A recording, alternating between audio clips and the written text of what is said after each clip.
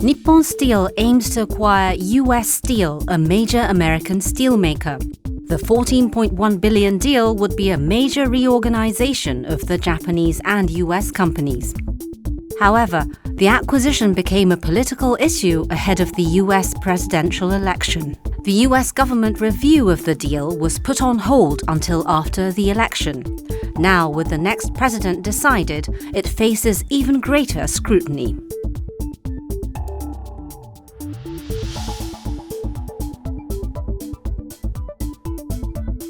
Nikkei takes an in-depth look at the fate of this massive deal, as well as the state of the steel industry in Japan and around the world. Nippon Steel is currently the largest blast furnace manufacturer in Japan. Nippon Steel formed from the 1970 merger of Yahata Iron Steel and Fuji Iron Steel. The company subsequently merged with Sumitomo Metal Industries to arrive at its present form.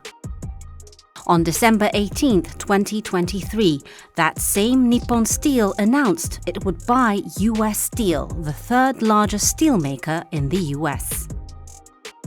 If the deal moves forward, Nippon Steel and US Steel together would become the world's third largest producer of crude steel.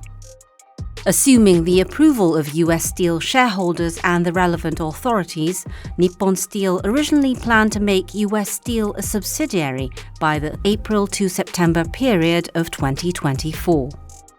However, the United Steelworkers, USW, came out in strong opposition to the deal immediately after it was announced. In a bid to win labor union votes in the presidential election, Trump, Biden and Harris all opposed the acquisition. In September, Nippon Steel withdrew its application to the Committee on Foreign Investment in the US, CFIUS, which screens acquisition plans to reduce political risks, and then reapplied. As a result, CFIUS's decision is expected to come in late December. Nippon Steel aims to access the lucrative US market through this massive $14.1 billion purchase. 日本の国内の鉄鋼需要っていうのがもう人口がピークアウトして鋼材の消費今落ちてきちゃってるんですね。で、2000年代前半から直近までを見てみると中国がずっと牽引してきたわけなんですね。で、中国のマーケットがずっと伸び続けるわけじゃない。鉄の消費が構造的にちょっと落っこちてきてしまっている。で、パッとアメリカを見ると今でも伸び続けている。人口が増えている限りは鋼材の消費っていうのはかなり高い水準を維持できる。狙いは悪くないと思います。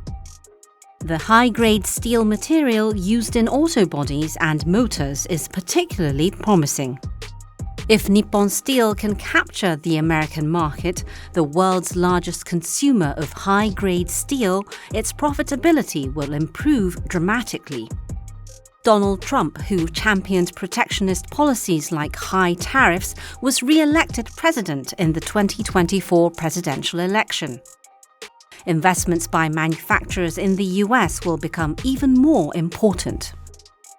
Despite the drop in domestic demand in Japan, Nippon Steel, which has gone through a series of mergers, has maintained its production levels, leading to an increase in fixed costs. In the fiscal year ending March 2020, the company posted a loss of over $2.9 billion. However, Nippon Steel has rebuilt its operations through major structural reforms, such as reducing the number of blast furnaces in Japan to 10 from 15, putting it in a position to acquire US Steel. The company now plans to concentrate its business resources on growth markets like the US, India, and Southeast Asia. It aims to produce steel locally in a fully integrated manner to achieve local production for local consumption. But why has it taken so much time? Founded in 1901, US Steel has a venerable history in the industry. In the 1960s, it became the world's largest steelmaker and was known as the titan of the steel industry. However, because of the repeated implementation of protectionist policies such as tariffs and import restrictions, US Steel pushed back fundamental reforms. Its facilities are in disrepair, its competitiveness has dropped, and there is no time to rebuild. Nippon Steel has announced an additional investment of $2.7 billion with this acquisition. It has laid out measures to allay the concerns of the American side, such as new capital investment and sustained employment levels. However, USW President David McCall has consistently opposed the deal. With negotiations deadlocked, Nippon Steel published the details of its talks with USW on a special website. USW also set up a website explaining the opposition to the deal.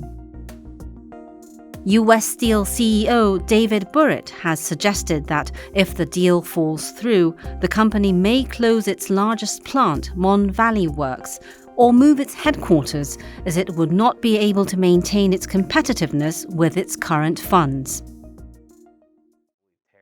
Among US Steel employees, opinions are divided. Japan is one of our closest allies, so it might as well be an American company that owns us. It's the same as far as my view. It doesn't matter what country it is, that, if it was Japan, if it was Belgium with Arcelor or whatever, would be behind keeping US Steel US owned.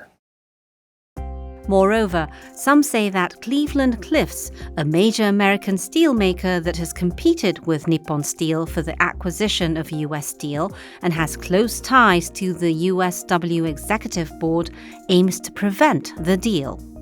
クリブランドクリフスとしては US スティールが強力になってしまうというのは恐ろしいことだと思うんですね。強力なライバルができてしまう。だから買収を阻止したい。The barriers to mergers and acquisitions of American companies are rising as CFIUS and antitrust reviews become stricter every year. アメリカで事業買収して成功するってかなり難しい。反発がある中で成功させるっていうのはハードルが高いんだけども、それがどういうふうな影響を及ぼすのかっていうのを我々も注意して見ています。Takahiro Mori is overseeing the deal. 粛々と進んでいます。ですから、あるその審査期限のタイミング、あるいはそれ以前にはですね、彼らとして結論を出さなきゃいけないと。現政権の中で年末までに判断が下されると、こう思っています。選挙戦を通じてトランプ氏は US スティールを買収することは私は絶対に認めないということはずっと言い続けてきたわけであります。一方で矛盾する発言があるんですね。交換税は実施する、製造業はアメリカにしっかり国内回帰を促すと。関税を避けたい外国企業はアメリカ国内に来て生産してほしい。そして外国企業のアメリカへの投資は大歓迎だと言っているわけでありまして、そのロジック、論理に従えば US スティールを助けて買収してですね、そして US スティールの持っている高炉なり今の生産能力をより高度なものにして、そして雇用を生み出すといったものを全く矛盾しないどころかのモデルそのもの、まだここの部分は働きかける余地はかなりあるんだと思いますね。Let's take a look at the global steel industry. The steel industry developed mainly in the US and Europe, but it is now centered in China. In terms of crude steel production, 6 of the top 10 companies are Chinese, and they account for half of global production. However, demand for iron in China is sluggish because of the real estate slump. Nonetheless, iron production remains high. In the last 10 years, the world has been flooded with China-made steel because of overproduction there. The large amount of cheap steel available has led the market to cool. In response, countries are moving to protect their own steel industries, taking steps such as raising tariffs, and protectionist movements are on the rise. That is why major steelmakers are expanding local production overseas.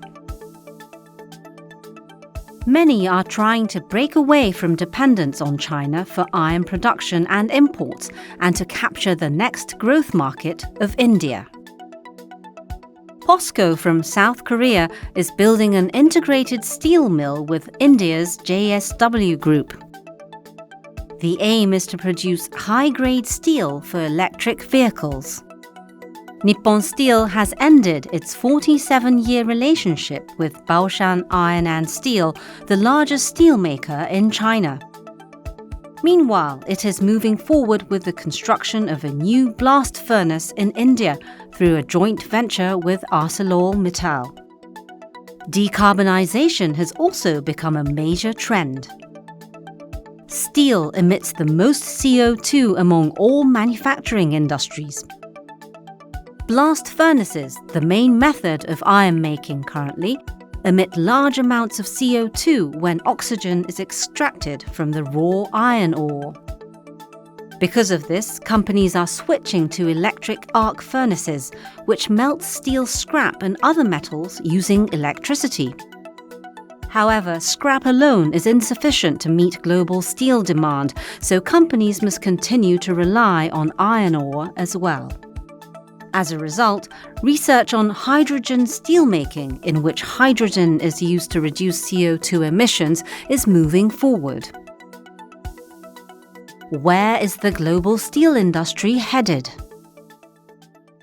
向こう10年20年っていうところで見たときに世界の鋼材消費自体は伸びていくと思うんですね。特に先進国の鉄鋼メーカーで資金力のあるところっていうのは伸びていく地域の果実を取っていくという動きがどんどん出てくると思う。中国の鉄鋼メーカーも今後は再編淘汰っていうところに行くと思うんですね。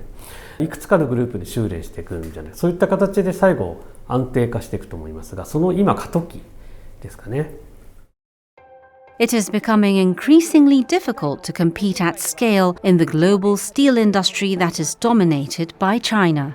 While pursuing competitiveness at scale through its investment in India, Nippon Steel aims to compete on quality in the US. In addition, companies will need to decarbonize to survive, but this will require large investments.